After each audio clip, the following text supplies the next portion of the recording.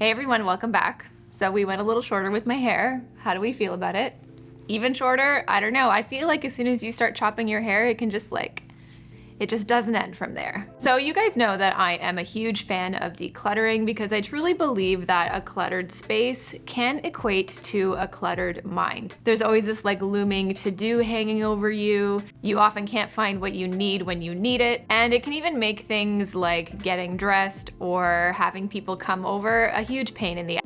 So even though I don't think you need to be a minimalist to have a clutter-free and organized space, but I believe it's about having an organizational system and really knowing what you truly need or want to keep, and then it becomes a lot easier to get rid of what's in the way. But since I used to subscribe to the idea of the whole less is more thing, but really I just took it to the least being the most, along the way I ended up making a whole lot of decluttering mistakes. So if you're due for a declutter or you plan on doing one for a little bit of a new year refresh, I want to share with you 8 decluttering mistakes to avoid. Because there's nothing worse than decluttering something and then realizing that you have to or want to buy it back, and now it's going to be even more expensive because of inflation and everything that's going on right now. And I want to thank ExpressVPN for kindly sponsoring today's video, but I'll talk about them more a little later on. The first decluttering mistake to avoid is extreme decluttering. I find a lot of times when you do get the spark and inspiration to declutter, that's when I think the blinders can go on, and then all of a sudden anything that ends up in your field of vision is on the chopping block for a declutter.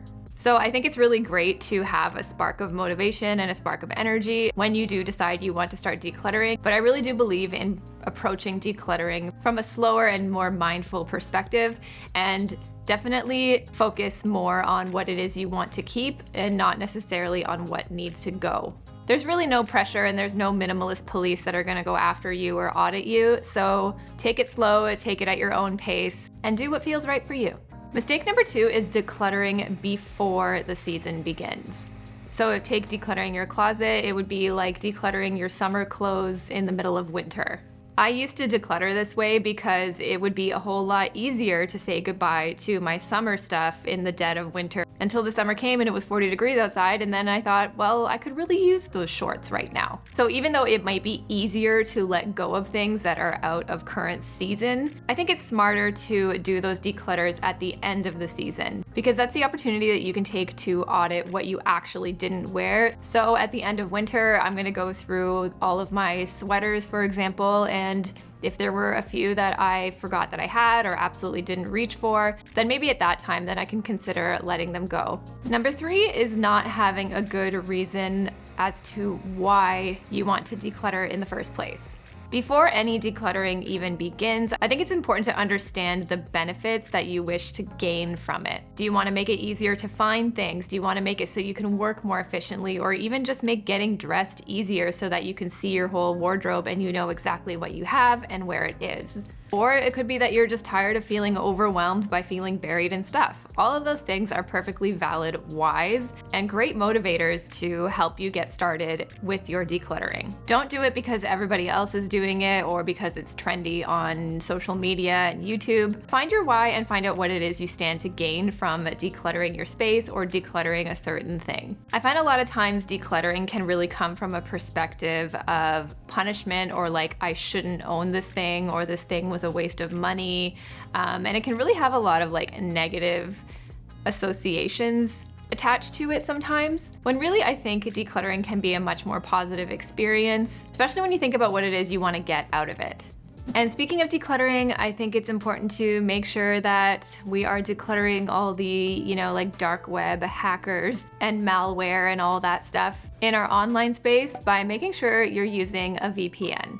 VPNs are super important to ensure your browsing, your banking, and your personal info is protected online, especially if you like to work at places like coffee shops that use public Wi-Fi. ExpressVPN protects your privacy online in just a few clicks. It's really fast and you can use it on all your devices like your computer, tablet, or phone. And a VPN's also really handy to do a lot more fun things, like watching a show or movie that's not available in your country on Netflix. There's 94 countries to choose from, so you can watch literally thousands of shows. ExpressVPN also has really great 24-hour customer support. Like, I had a hankering to watch my favorite movie, which is Clueless, and I couldn't find a network that it was available on, so I just hopped on their 24-hour chat, and in a few minutes they found me a network in the UK to connect to, and before I knew it, I was ready to go rolling with the homies. Playing our song, the one that Ellen and I danced to.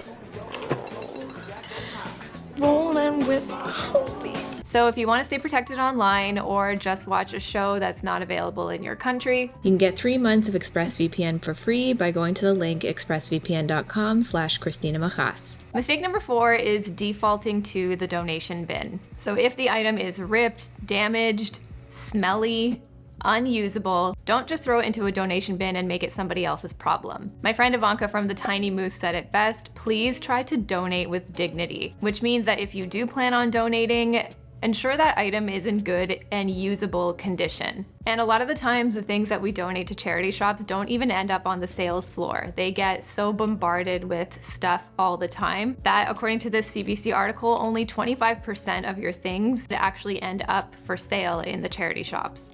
A lot of them end up in landfills, they get sold to developing nations and become their problem. So instead of defaulting to donation, try to keep those things in mind and just think about whether or not you can have things like garage sales. You can sell things on places like Facebook Marketplace, Poshmark, or even do clothing swaps with friends. Because I really do believe when we decide to bring something in, we should already kind of have a plan for the day that we decide we no longer want it or need it.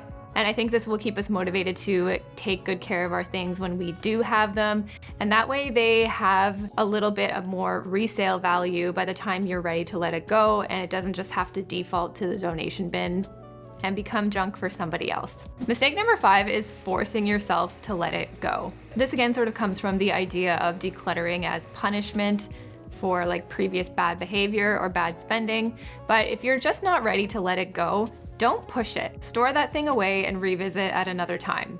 I like to give myself 6 months to even a year, mostly to see if I even remember that I have the thing. And by the time I'm ready for my next declutter, I'll decide then if I want to let it go or not. I do believe that there can be a fine line between letting go and holding on, but if you're not ready right now, you're not ready. It's not a big deal.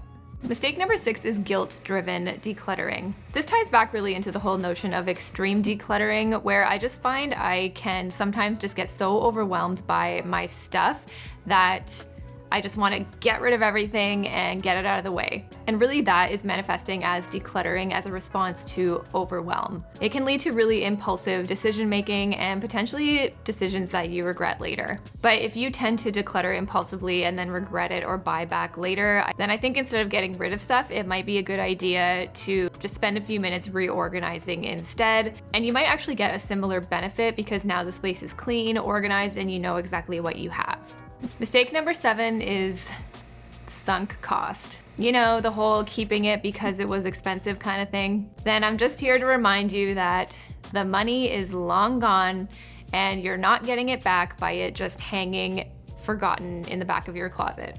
If you can't seem to let go of the idea that you wasted money on it, then maybe this is an opportunity for you to style it if it's a piece of clothing and challenge yourself to making outfits around it, to using it, or if it's a high ticket item, then you can consider reselling it and recouping at least some of those lost costs.